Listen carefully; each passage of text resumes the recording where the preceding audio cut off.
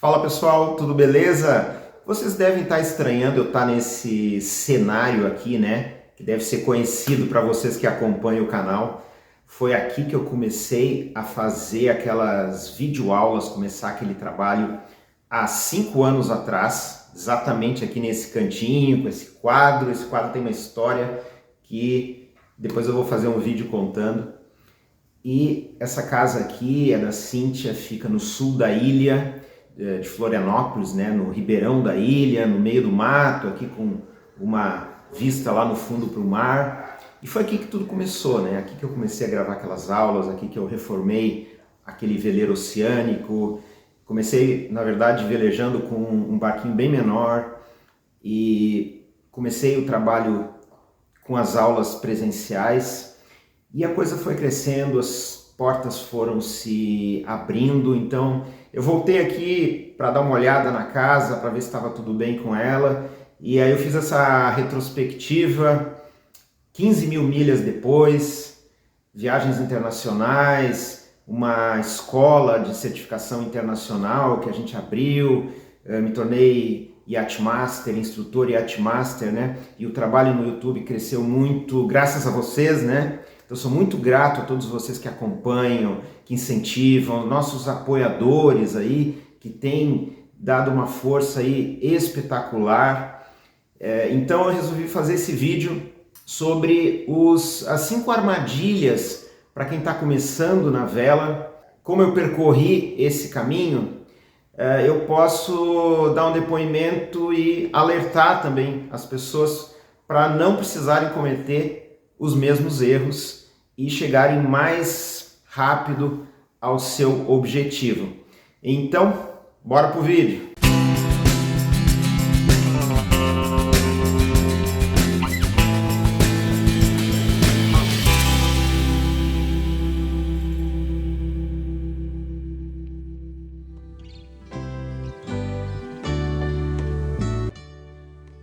Muito comum, o pessoal começa a conhecer o mundo da vela, começa a assistir esses canais e aí de repente resolvem, não, vou vender meu apartamento, vou rapar minha poupança, né? Como é que é? Rapar o tacho, e aí compro o barco, vou morar a bordo, essas coisas assim, né?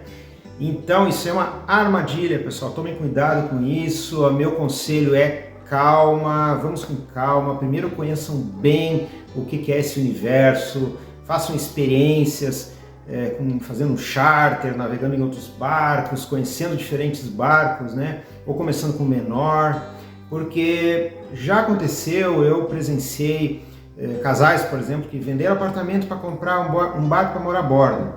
E aí passa um tempo, e um ano, e pá, isso aí não é pra gente, porque realmente não é para todo mundo. Só você conhecendo o que é essa vida, para você avaliar se isso é realmente para você ou não, né? Os canais do YouTube mostram muito o lado glamouroso, as paisagens paradisíacas. Eu mesmo posso cometer esse erro, né? Se você acha que eu só mostro o lado bom nos meus vídeos, pode comentar aí embaixo. Mas só que não tem só esse lado, né? Tem os dois lados. Assim como tem momentos maravilhosos, você tem que lidar com as restrições de morar a bordo, com o desconforto, com os problemas do barco, com manutenção, com gastos inesperados, né? Então tem todo esse lado. Só você vivendo para saber se isso realmente é para você.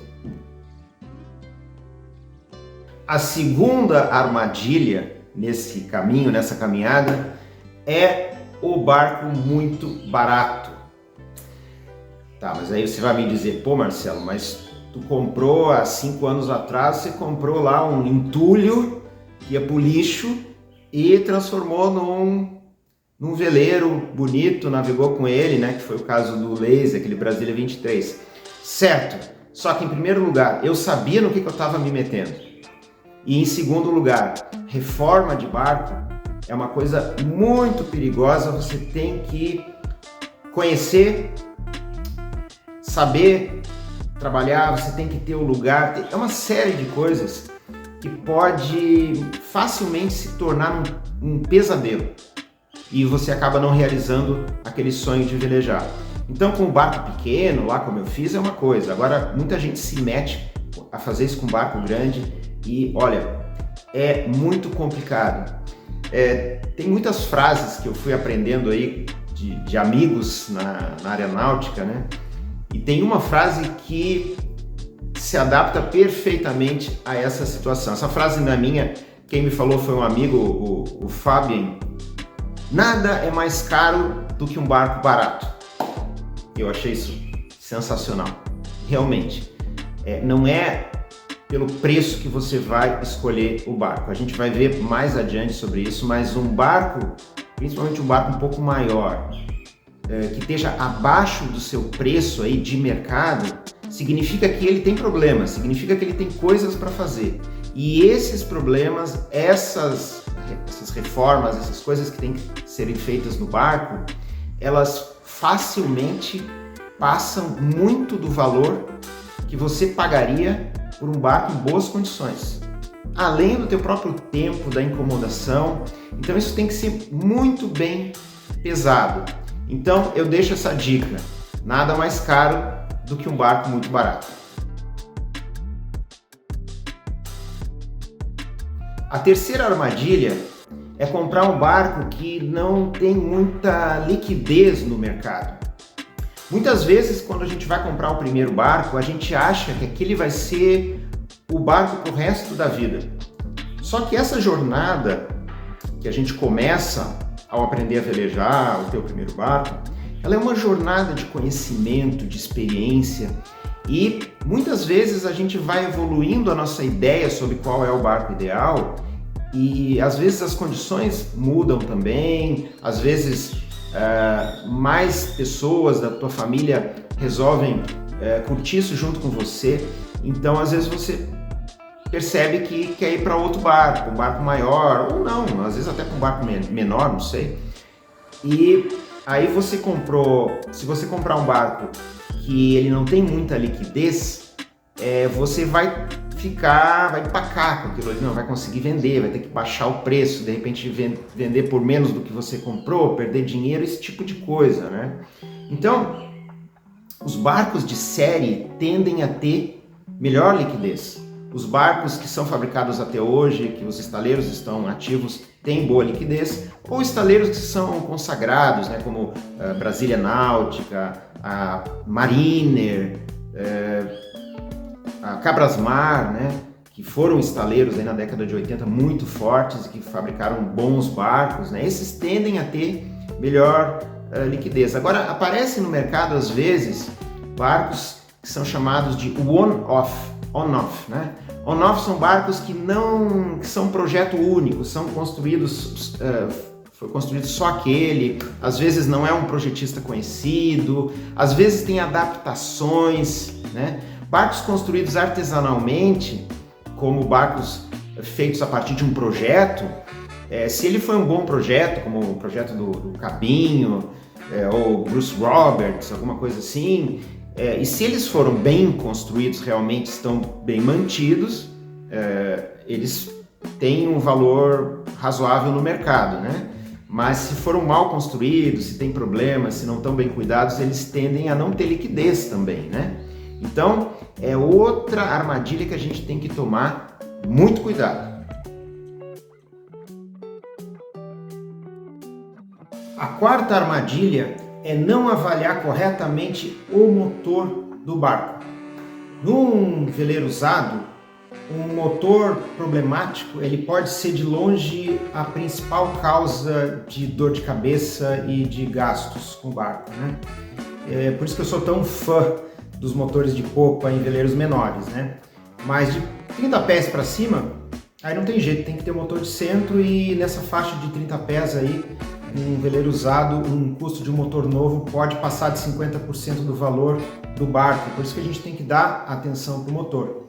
E o ideal é pedir orientação e falar com quem entende disso. Não adianta generalizar, não, só porque Yamaha é bom, é melhor. Não é assim. Cada um, o Yamaha, o Volvo Penta, até o Control, todos têm vantagens e desvantagens, né?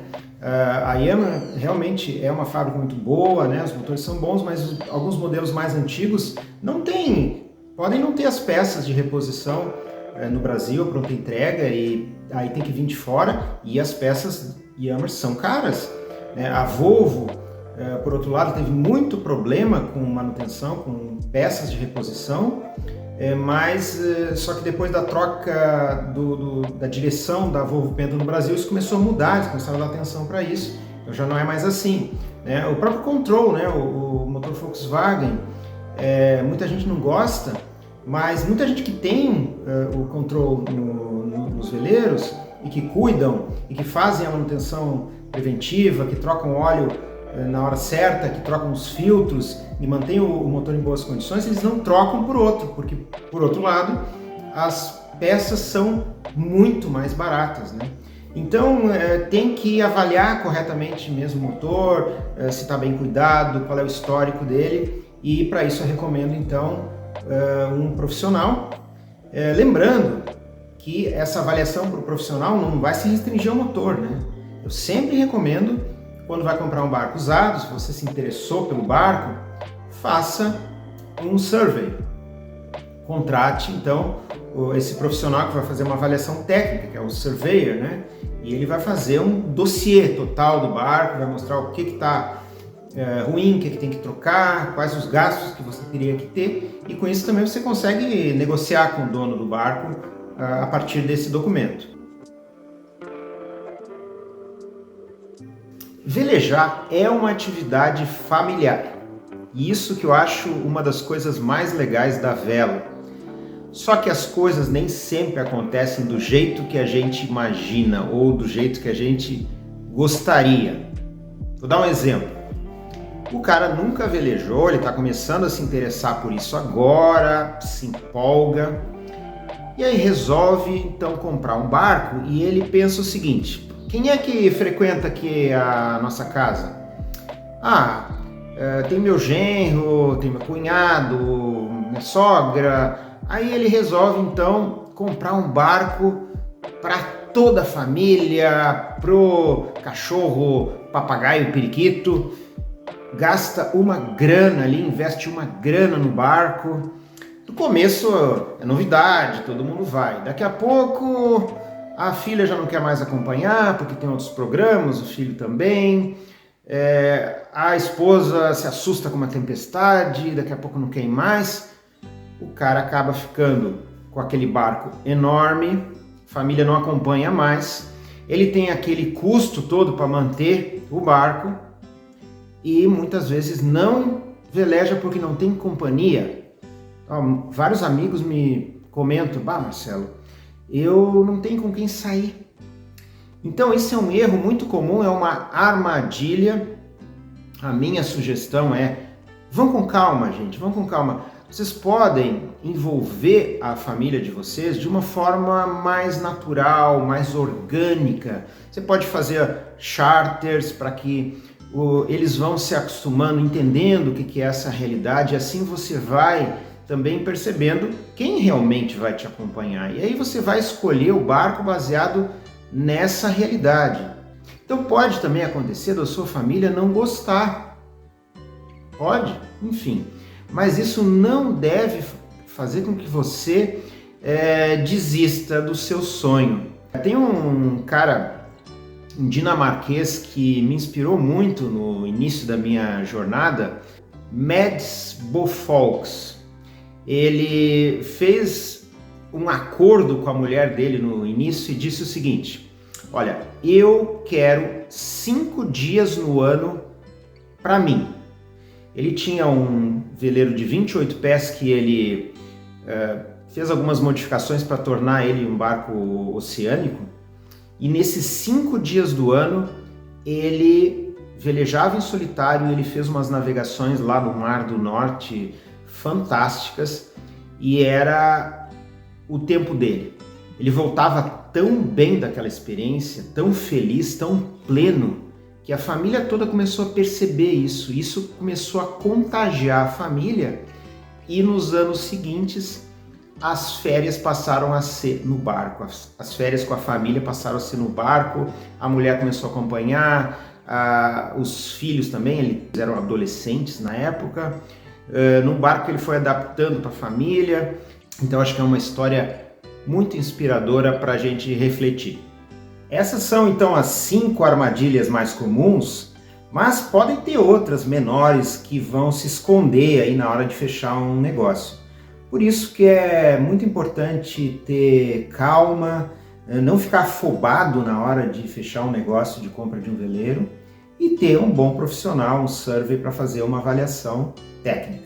Por ser um assunto tão importante, já desde o ano passado que eu disponibilizo um programa de mentoria, que basicamente é uma videoconferência com duração de 1 hora, onde eu procuro entender o contexto de vida aí da pessoa, qual é seu sonho, e a gente faz um planejamento estratégico, sempre com ações imediatas, né? Eu não gosto muito da ideia de você trabalhar duro por 10 anos para daqui lá na frente você ter o barco dos seus sonhos, né? Eu acho que dá para você começar já de forma mais simples, entrar nesse mundo, começar a entender, começar a ter experiência, começar a ter contato com o mar, de um jeito ou de outro, conforme cada caso, né? Eu vou orientar caso a caso.